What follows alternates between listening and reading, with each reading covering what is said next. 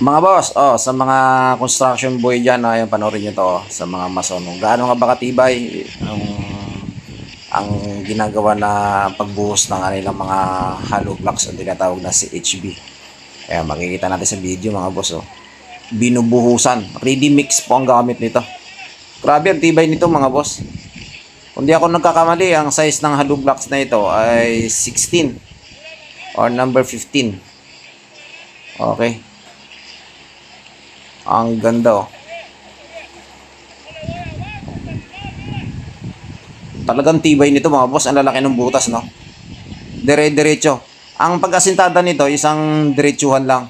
Hindi katulad ng asintada dito sa atin, iyayabi-yabi. Yan. Di size na hollow block yan, o kaya 5 na hollow block. Kung di ako nagkakamali.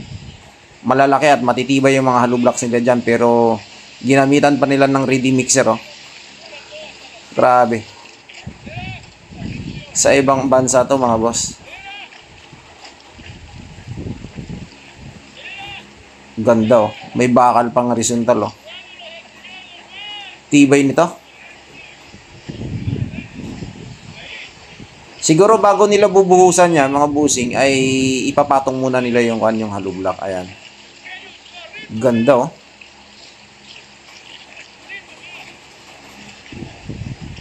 Talagang napakahirap tibagin nito.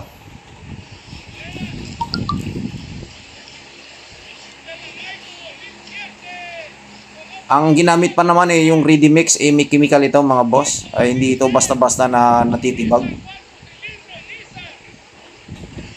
Husay. O sa mga nais na magpagawa ng bahay, yung mga gustong magpagawa, yung mga may-ari diyan na gusto ng matibay na bahay, ito. Gayahin niyo itong ganitong style, oh, tibay, oh. Pwede naman yan dito sa Pilipinas, pwede naman yan kung ikaw ay mapera. Walang imposible. Depende sa iyo.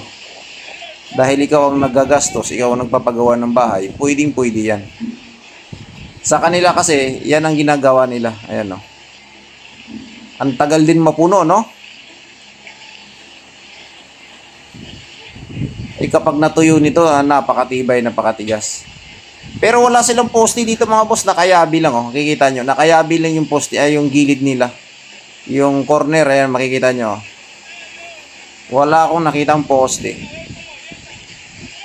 I think bakod lang ito, pero sulit ang tibay nito mga boss, oh. Nakayabi din pala yung kailang mga hollow blocks.